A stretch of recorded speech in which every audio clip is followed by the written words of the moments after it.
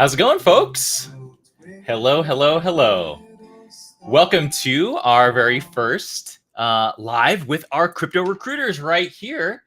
This is another installment of our Future of Games. Today, we're going to be talking about not just crypto, but also all of the future of games. And we're joined by Emily and Trevor from the Crypto Recruiters. I'm going to bring them on stage right now. We've got 30 powerful minutes to talk about all kinds of things. So without further ado, Emily and Trevor, welcome to the party. Hey, what's up? Hey. Howdy, howdy. Thank you both for being here. Where in the world are y'all joining from today? I'm in Chicago, born and raised, and Trev is in Boston. Also born and raised. It's probably not as windy as it is in the Windy City, but it's hella windy here. So right in the thick of things. Nice. Very different weather patterns than out here in California. Maybe not. We're pretty rainy right now. It's a little colder, right? Our weather tax dollars aren't going in the right direction. So y'all are with the Crypto Recruiters, right? Before we dive in and we start talking about all this tech, can you tell us what are the Crypto Recruiters? What do you do? And how can people get in touch with you if they connect with what you do? Love it. So we help people find crypto jobs, and we help our clients find the right team members. You can absolutely find us all over. Just Google the word Crypto Recruiter. We pop right up. But you can find me on Telegram at the Crypto Recruiter. You can find me on Instagram at the Crypto Recruiter. Twitter is Emily Crypto Jobs. And LinkedIn, it's linkedin.com/the Crypto Recruiter. So on brand, always. Always be branding, ABB? Yeah, pretty much. And Trevor, you're obviously with Crypto Recruiters as well. What do you do with y'all? So, gosh, it's been such a fun ride, with the Crypto Recruiters, especially the last few months here. We've been having a lot of great success, and I am the Director of Strategic Partnerships. So really kind of making sure that we're aligned with great organizations and bringing value not only to the candidates that are seeking jobs, but also to the potential clients that we're helping support. So really, really do enjoy this. Love every bit of the ride so far. So if anyone's interested in getting to this space, just know that there's never a dull moment in Web3. Love it. I love a recruiter. Grew up recruiting, always going to be. So Emily, like you, ABR, always be recruiting. So let's talk about games. Why most people are probably here to talk about games and to learn about how crypto and games maybe in the past have seemed pretty unrelated, but with the sort of ramping of Web3 games, we're on a collision course that's already midway through happening. So let's just open it up right now. We're going to bring chat up on screen. Everybody with questions, super excited to get your thoughts here. So far, we've got Mike Dobrev saying hello. Hi, Mike. But what do y'all think is going to happen with games next in the Web3 space? Well, first, I'd like to say that we are starting very soon the gaming recruiters. So that's an industry that we're going to be taking over. What do I think? I mean, there's so much to say about gaming and crypto and Web3. I think it's just going to become bigger and bigger. I think there is, barriers to entry are going to become easier. Prizes are going to become bigger. And I just see a full transition into Web3. So I'm excited to see, how gaming consoles get into Web3. I'm excited to see how, just imagine like Call of Duty and Web3. Amazing. Yeah, and there's even, with Shrapnel, with what they're doing, right? Making that much more kind of an inclusive type of experience for the gamer, right? So that there is no longer this kind of true distinction between, Web3 games and just a traditional game. That's just an awesome game to play, right? So I think that that's something that we're going to be looking forward to in the near future. And, some of the other things that just kind of come to mind for me is the ability to kind of truly have like a play to earn and own, really having that ownership over the gaming experience. There's all sorts of digital in-game assets and collectibles, not just income sources. And then there's that interoperability, and then the metaverse integration. You can kind of think of NFTs and kind of in-game items becoming kind of inclusive, if you will, right? And across these multiple different platforms, and then this cross-chain integration where games are, built on multiple blockchains that makes it really much more accessible worldwide. So those are just some of the things that I'm looking forward to in this year. And I really think that we're just starting to get this ball rolling, if you will. Man, Trevor and Emily, both you touched on such I think, sort of foundational topics, some of which are terms that not everyone in the audience might even be fully aware of. And would love to make this accessible for everybody. There might be people in the audience right now that are maybe not even 100% sure what blockchain really is. So in a moment, we'll pause and we'll kind of do a very, very brief, like 30-second TLDR, like you went into GPT-4 and said, explain blockchain to me like I'm 5 years old.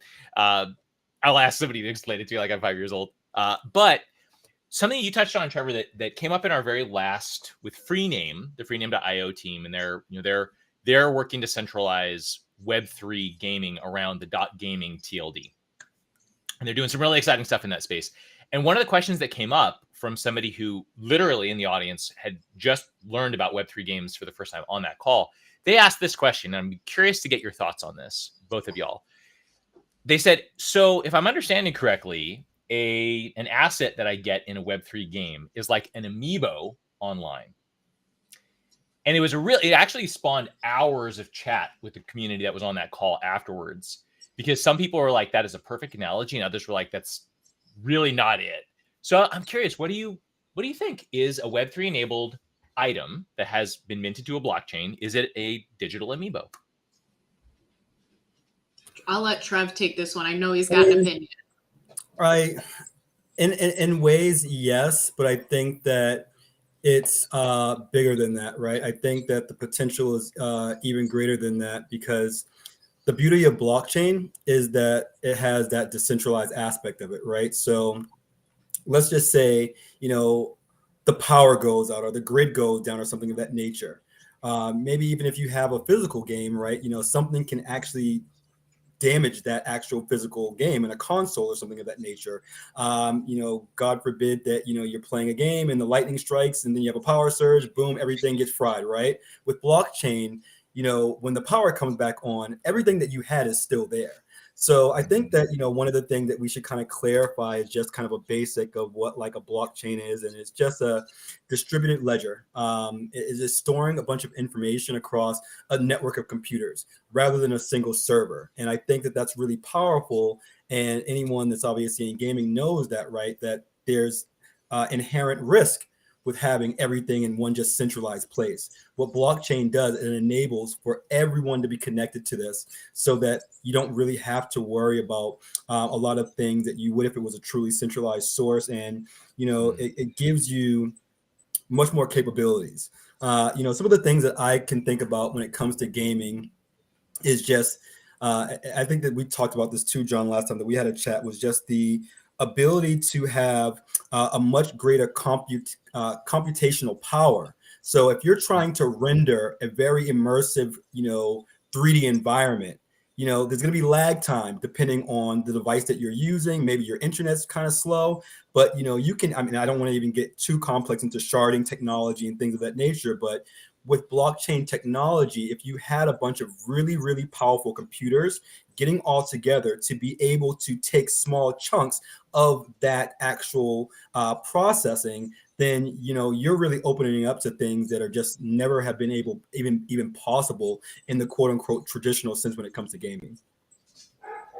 Wow. Yeah, I'm the sharding, right? That sort of distributed computing power, I think, is something that, especially with edge computing being something that people are thinking more and more about. And this whole concept of on-prem, when there is no such thing as the prem, what does that even mean anymore, right? On-premise or on-premises, that is, being the closer you are physically to a computing center, typically the less lag you have and thusly the more computing power you have, which is a lot of the conversation about edge computing. And it's interesting what you're saying there, Trev, actually brings us into a couple of our questions. One piece of housekeeping, people in the audience, please feel free to share questions, comments as we're going, and I will bring them up on screen no matter who's talking. This is not to interrupt anybody in the middle of an amazing point. Emily could be making like the most elegant point in the world.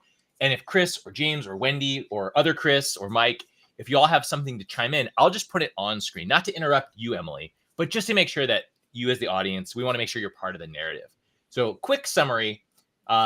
Chris, thanks so much. Love the color palette from the speakers. Beautiful. And with the background like yours, that means a lot. Look at that. That is vibrant. Wendy says, the best reason to be late to a live is this, was playing video games. Sorry I'm late, but okay, here you're at. Yes. Thank you for being here, Wendy. As always, such a pleasure to see you.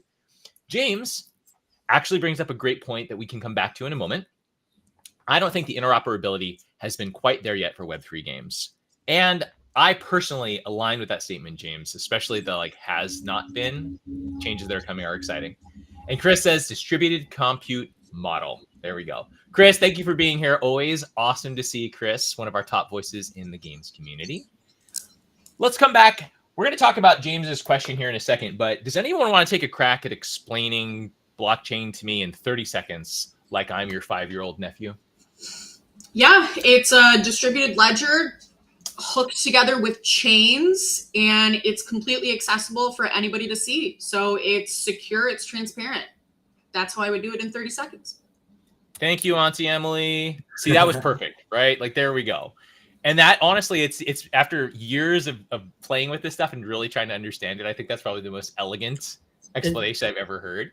And one of the things too, I mean, just kind of looking at the name, right? Blockchain. So a block is just, I want to kind of keep this in simple terms. It's just transactions that are grouped into a block. It's kind of like containing data with timestamps, right? When sending, receiving detail that has a digital signature.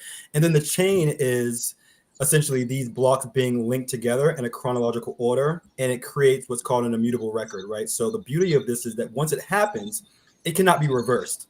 And that's something that really makes blockchain extremely powerful. And the use cases when it comes to not only things like gaming, but think about, centralized finance, DeFi, I mean, anything. At one point, a lot of people don't really understand that the original, and I know we're changing a little bit, like what NFTs are. And I mentioned that too, about like ownership of the actual item that you have in game.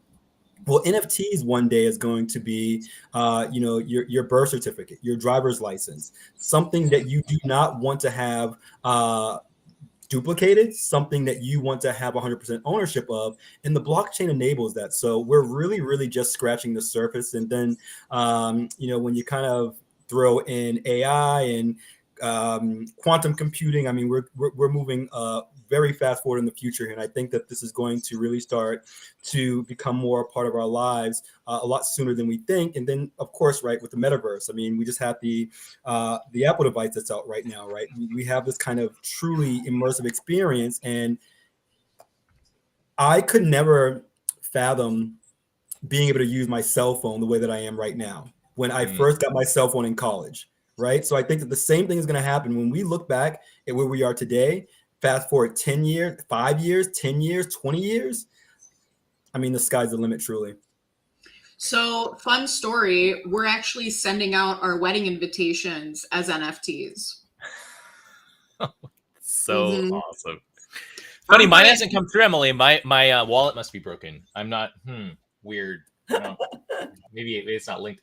That is awesome, though. How cool is that? And boy, that uncle you don't want at your wedding won't even be able to get in. Like, oh no, sorry. Without that QR code, that is, definitely non-fungible. Trevor, you bring up a couple of points that connect very perfectly with James's point around. I don't think the interoperability has been quite there yet for Web3 games. I'll take a crack at defining interoperability. Interoperability, essentially, my understanding, and experts always, please correct me if I'm incorrect here, is essentially leveraging the non-fungibility, meaning the absolution of something existing on the blockchain, which is the public ledger, because it's always available and it's public record, essentially. That thing can be that thing in other places, right? So if I've got that thing, maybe it's an item or an NFT in the form of an item in like a game like Axie Infinity, perhaps, and another platform, like call it Call of Duty, not the Call of Duty. Perfect transparency here. We have absolutely no line of sight on Call of Duty doing this, by the way. But Call of Duty, let's say they want to incorporate that same technology and they've formed a partnership. Now that thing that's here is also there, right? And that interoperability has been established. Is that right? Sorry. Yeah, Yes. yeah, and Yes. also too, right? I mean, just think about interoperability, and we're still working on this just as an industry when it comes to blockchain, right? I mean, you have Ethereum, you have Bitcoin, you have Solana, you have all these. Right now, we don't have the ability to really kind of communicate, or we don't have cross bridges when it comes to this. And there are solutions being defined and worked on right now. But think about this, right? Interoperability, it's going to eventually be with blockchain. So if you had a game on a PlayStation or an Xbox, there could be a way that it doesn't matter what console you have. And you can think of a console as like a blockchain. There's going to be ways that it doesn't matter what you have. There's still going to be a way for players to connect if they had the game maybe was created on an inherent blockchain, but then there's something else going on out there. So really getting all these to come together, I think, is what we're working on as an industry. And yeah, we're not fully there, right? But I mean, as an entire industry, we're still at the infancy stage. And I had seen something else too about like one of the things about like a database going down. It's not necessarily just the database going down. It's just the fact that because all this information is shared and is continuously going at one point, it does not leave that central kind of point break in the system. And there's other things that are obviously inclusive when it comes to blockchain, and that's going to be security, right? Because we are using cryptography and distributed storage, you don't have that central point of failure. It's transparent because everyone can see all the transactions that are going on. So, let's say that you were trying to sell a in-game item, and then you were trying to sell it to someone else. Well, they can track back every single transaction that ever happened with that item so that someone can never, duplicate that or dupe the other person because it's all there, right? And then that immutability really comes back to it can't be altered or deleted once it's added. And I think that's the true power of really kind of what we're trying to talk about here. I have a quick question. How many women do you think are playing Web3 games? Wow, great question. Because I noticed we have one very strong woman in the audience, Wendy. But I think that, the whole topic in Web3 right now is women in Web3. And we're actually going to ETH Denver. I'm bringing 5 ladies. I guess there's no women at ETH Denver. So I'm going to take care of that.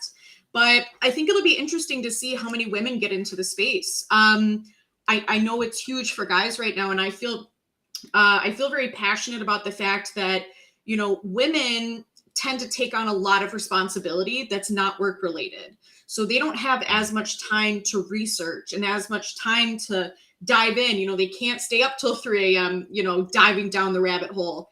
So I'm interested to see how many women get on board. And I'm interested to see how much money is being spent.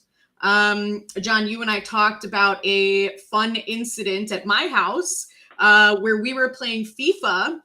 My fiance is probably watching this and he's going to kill me, but we were playing FIFA. He was playing FIFA and for whatever reason, I got a $1,200 bill, with all these upgrades and this and that. So I'm curious to see how the market grows and if people are going to be spending $1,200 a month on Web3 games.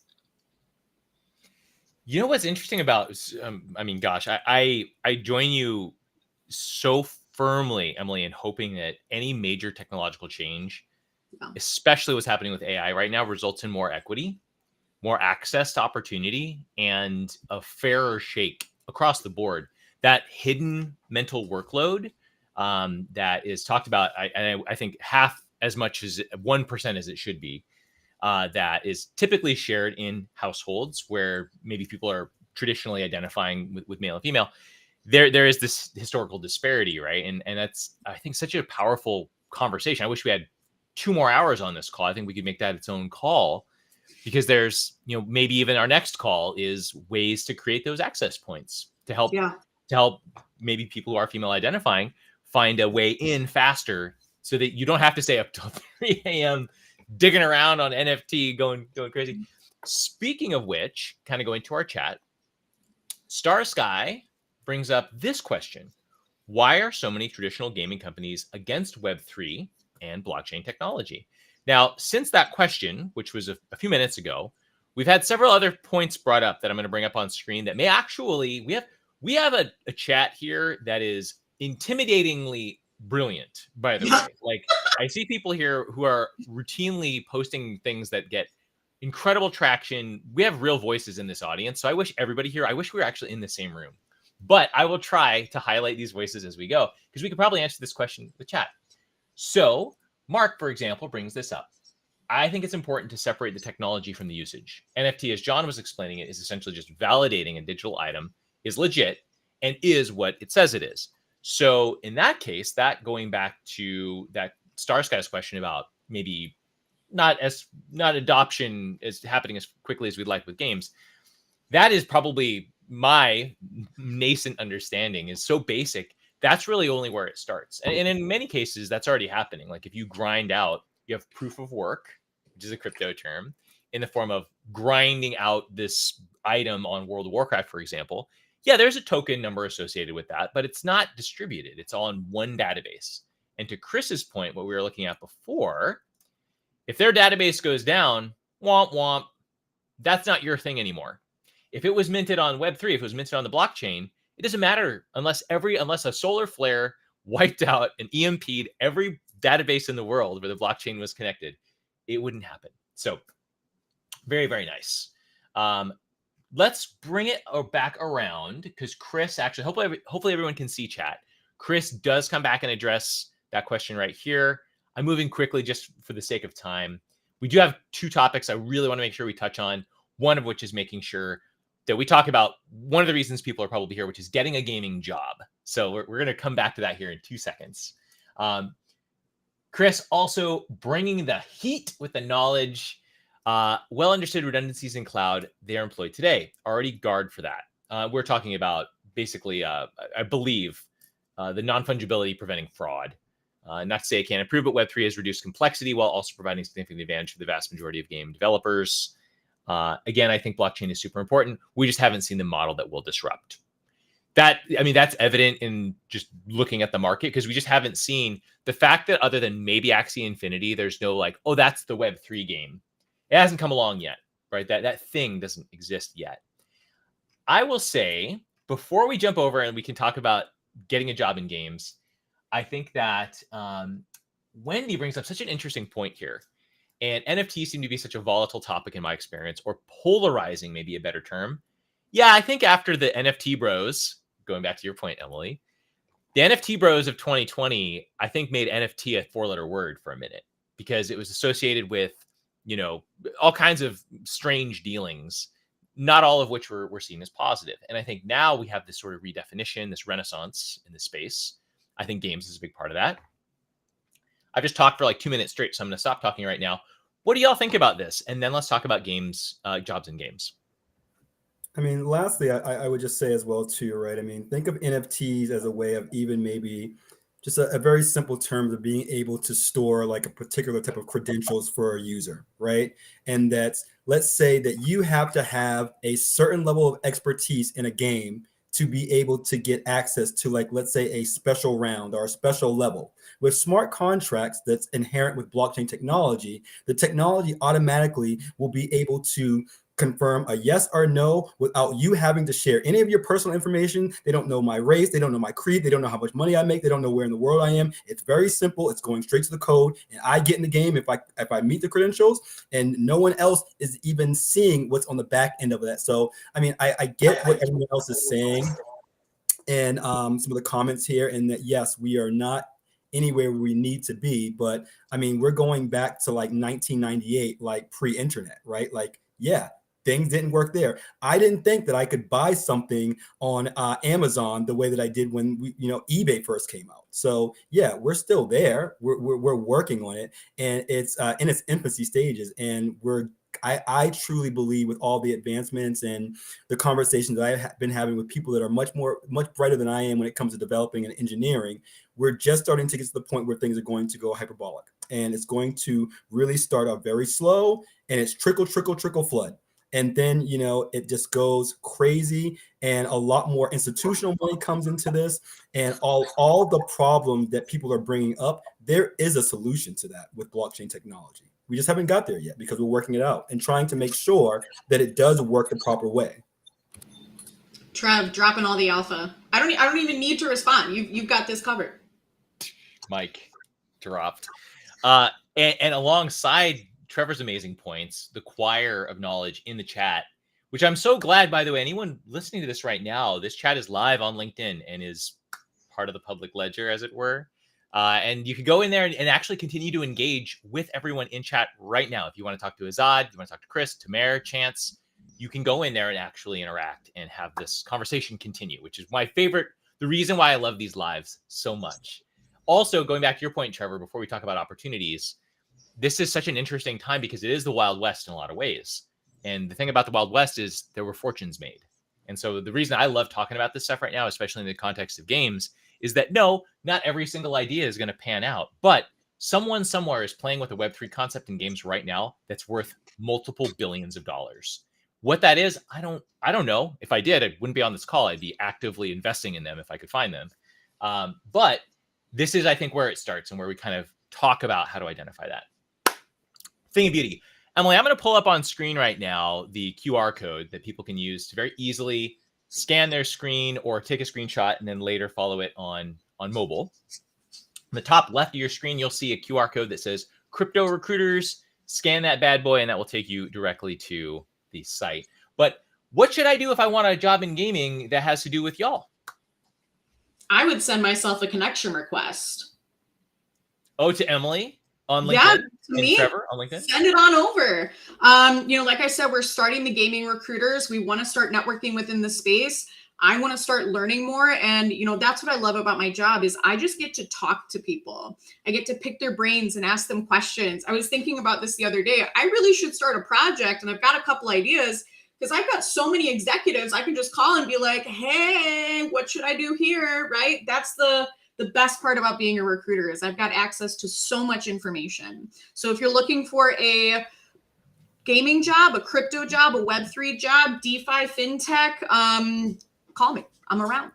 Yeah, connect with us. And I mean, also too, right? One of the things that Emily and I are really big on, and this is evident in all the different shows that we have as an organization, and obviously joining, shows like today, is that we want to empower the people in our community to be able to do this on their own, right? We definitely want to help, but we want to teach you how to fish rather than having to go and give you a fish every day, and then you're really limited by what we are able to give to you. We want to show you how to do this. And I think that, the beauty of our industry within Web3 at this point right now is that people are very open-minded. People are very collaborative. People want to help.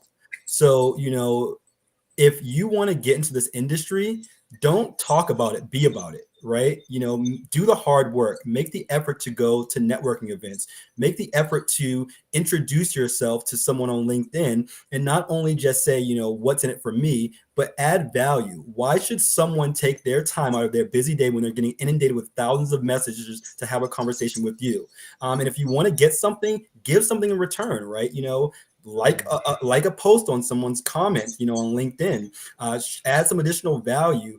All the conversation that we're having right here, right? This is not only helpful for the people that are listening, but this is helpful for me.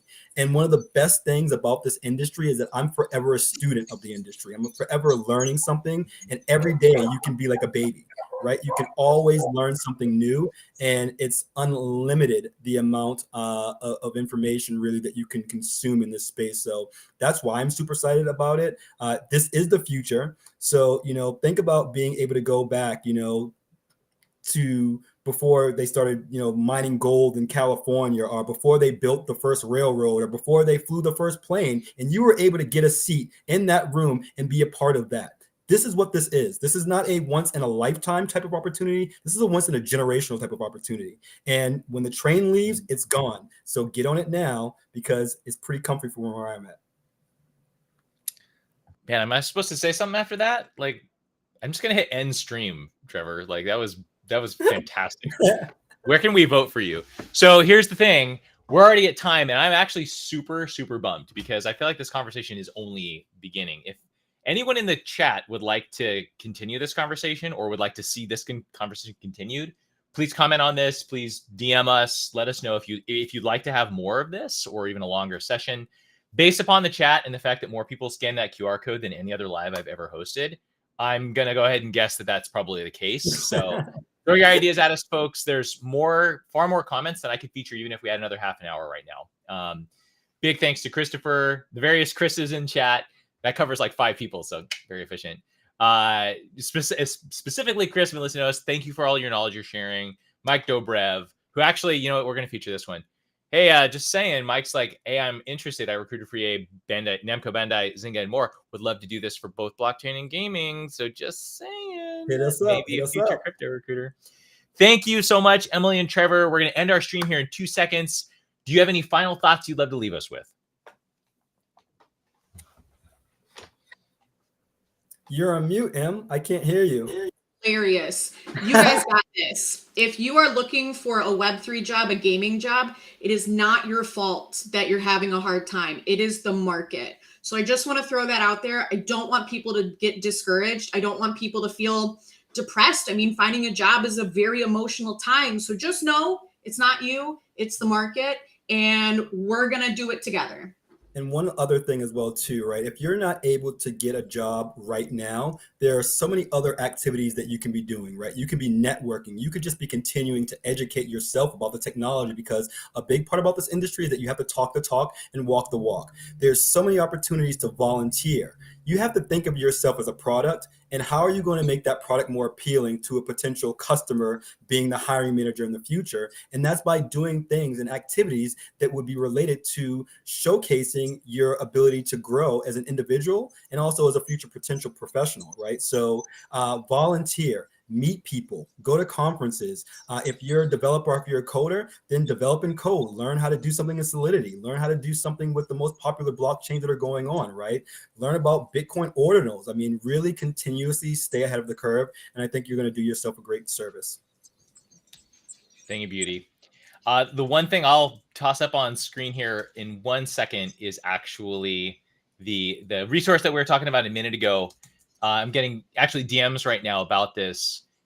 The actual freename.io is the name of the website that I was describing.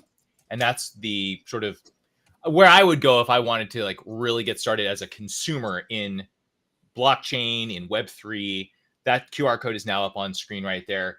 They have, in my experience, the best access to TLDs and SLDs. If you want to be, you can buy .emily or .trevor if it's probably gone already, but you can certainly buy whatever you want, and if it's available, you can get it there, and it's yours forever, including .gaming, which is their sort of flagship product right now. So thank you so much, Emily and Trevor, for being here, for being so giving of your time, your energy, and especially your knowledge. And I can't wait till the next time we chat, which looks like it's going to be soon. Yeah. Thanks for having us, John. Bye, y'all. Woo-hoo. Have a great day. Bye, y'all. Thank you, everyone, for being